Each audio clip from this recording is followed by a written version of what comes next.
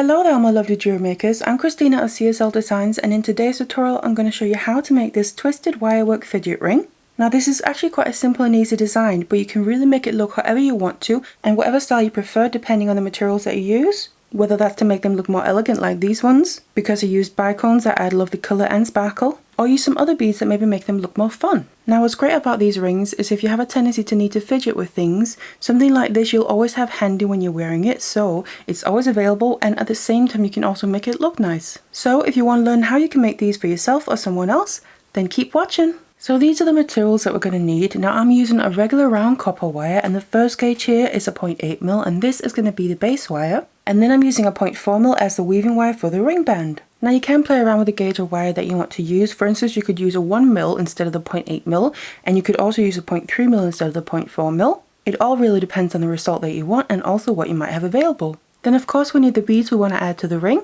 So I'm using some 3mm bicones that would add lovely colour and sparkle to the piece. Of course you can use whatever kind of beads you want, different sizes and shapes. So as for the tools, we just need a couple of different ones. Of course we need some flush cutters so we can actually cut our wire, tweezers and nose pliers to help manipulate the wire, and then a ring mandrel to help size and shape the ring. So like usual, you can find the material list and useful links in the description box down below, so feel free to check that out. Otherwise, let's get it all ready and let's get started. Then we need to cut some lengths of our wire. So I have two lengths of the 0.8mm here, so the base wire of about 25 centimeters each. And then we'll need a length of about 1 meter of the weaving wire, so the 0.4mm. You can also leave this attached to the reel, that way you'll have minimum waist stitch. So the first thing we need to do is weave our ring band. So I'm going to get my base wires out and then also my weaving wire ready here. Just going to do one base wire at a time. So start with one, and we need to first of all attach this weaving wire to it. So just leave a short little tail you can hold on to. Place the weaving wire behind the base wire, then just wrap it around once to attach it. And then what we also need to do is make sure that we're placing this wrap a bit in from one end. So what we want to end up with is for our weave to sit about in the middle of our wires. Doesn't have to be precise, but just roughly. Then I'm going to grab the other length of base wire, place that above the previous one and just on top of the little tail. Now take the weaving wire over the top of both of them and then down behind them. Come up between the two base wires.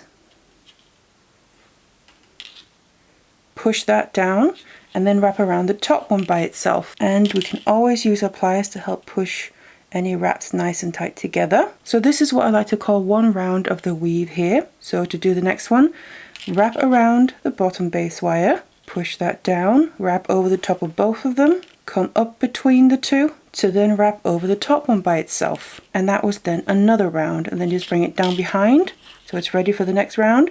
And again, just like to push them tight together there, so we'll get a nice and tight weave.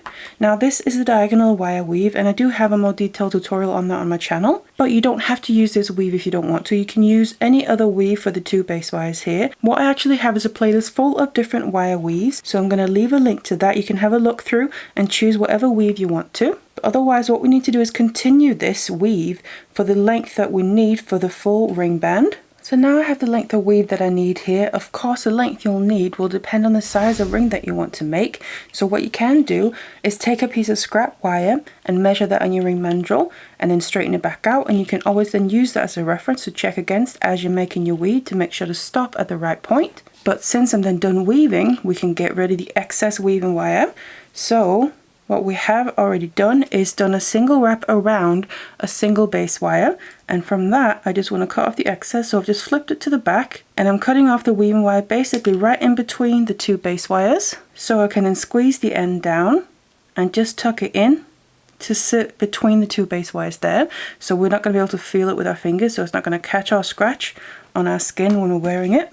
And of course just repeat the same with the other end as well.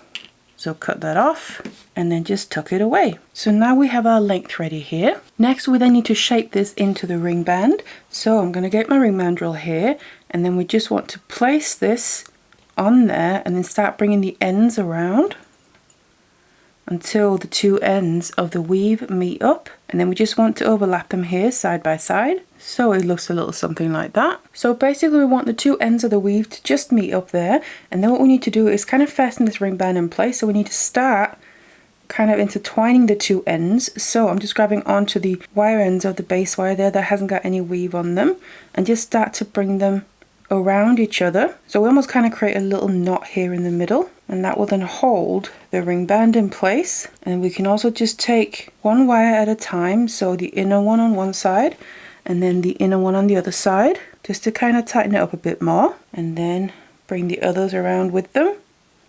But we do also want to make sure we keep it a little bit open still. And then we just need to start bringing them back downwards here on the opposite side, so kind of in the opposite direction as they keep swirling around. And on the inner wires here, we want kind of a smaller swirl, but still keep it open enough so we can add a bead. Same on the other side. Just bring it down over the ring band and make sure there's a curve in there, but there's also a little bit open still. At one point it might also be easier to take the ring mandrel away and just kind of do this by hand. So as you can see, the inner two here, they're the tighter swirls, but they're still open enough so we also have room to add a bead in. Now the outer one, we want to make sure we have a nice curve in it as we bring it around. So what helps with that is if you grab it further out the wire and kind of move it downwards, it tends to create a nicer curve in it. And then we need to bring that down to sit next to the other wire, but not right next to it, because we need some space for the beads so they can also move around, and we also get this nice swirl effect. But again, coming down over the ring band, and then just repeat on the other side. So make sure we get a nice curve in the wire as we're bringing it down. So come down and sit next to the other length, but make sure to leave a gap between them. And obviously exactly how you want yours to look is completely up to you. So you can make it tighter or you can make it more open. It all depends on the look that you want. And then before we start tightening anything in place, we need to just remember to add our beads. So I'm going to just start with the inner ones. I'm just going to add a clear AB, one per inner wire there. And then I'm just going to make sure to hold it in place because I'm happy with the shape that it has now. So I like to put a finger on either side. And then I'm going to take the long end of this length of wire, bring it back through the ring band. And it can also be quite handy to sometimes just grab onto it with your pliers. You get a better grip. And as you can see, we're basically going to start to wrap it around the ring band. That's how we're going to then end up fastening these lengths. Now what I'm going to do is grab onto the end of it, because we need to come back up through the loop of itself basically. So I'm going to go right inside this gap in the middle, so underneath this small curve, and then just pull it through, because we need to wrap around the ring band just one more time for it to be secure. Hold on to everything and then make sure to get it nice and tight around the ring band there. You can also squeeze on your wrap just to get the extra tightness. And we just need to bring it through the ring band again. Grab on with your pliers if you need to, and then come back in the opposite direction. So I'm now bringing it back upwards there. So on the inside, you can see the wrap kind of finishes, and I'm just going to now leave it at that because I like to just do all of them before I then go in and cut anything off. So I'm happy with how everything sits, and I can always maybe make some adjustments. So to the other side, I'm just going to then also do the inner one. So add your bead all the way down into that curve there. Then repeat by bringing that length of wire through the ring band, pulling it through there, and then make sure the end comes up through that inner curve and just gently pull it through. Bring it back around again, and again like before, bring that through the ring band one more time. So basically the final wrap is going to end up on the inside of the ring band there. So it's going to be sitting now in the same way as the other one. Then moving on to the outer curves.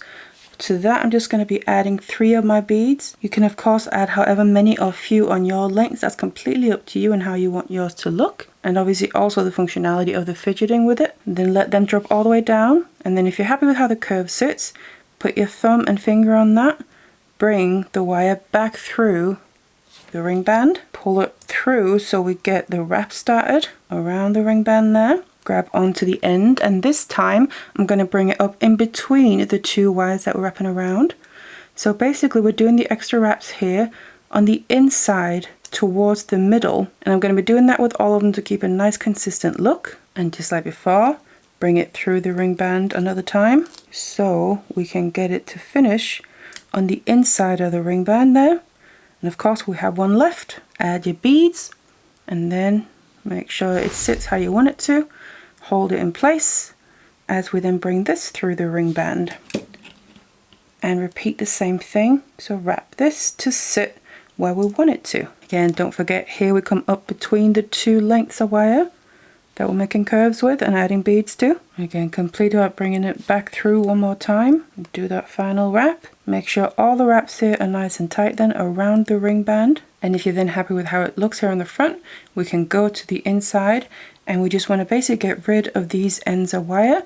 So I'm going to take my flush cutters, and what I like to do is make sure I cut my wires here at an angle. So I'm coming from the side where the ends are coming out towards, and then about the midpoint of where they cross over the ring band, I'm going to be cutting them.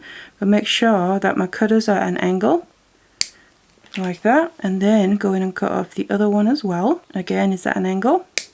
Because what that does is when I then take my tweezers nose pliers here to squeeze them flat, by having them cut at the angle, you can kind of squeeze them down even further and tighter than if they were cut straight across like that. So it kind of tucks the end of the wire away a little bit more. So just tuck those ends in right up against the ring band, and then just repeat with the wires on the other side. So put your pliers at a bit of an angle, cut, repeat with the other one, and then just squeeze them down as well. And then you just want to make sure that you can't feel anything with your finger.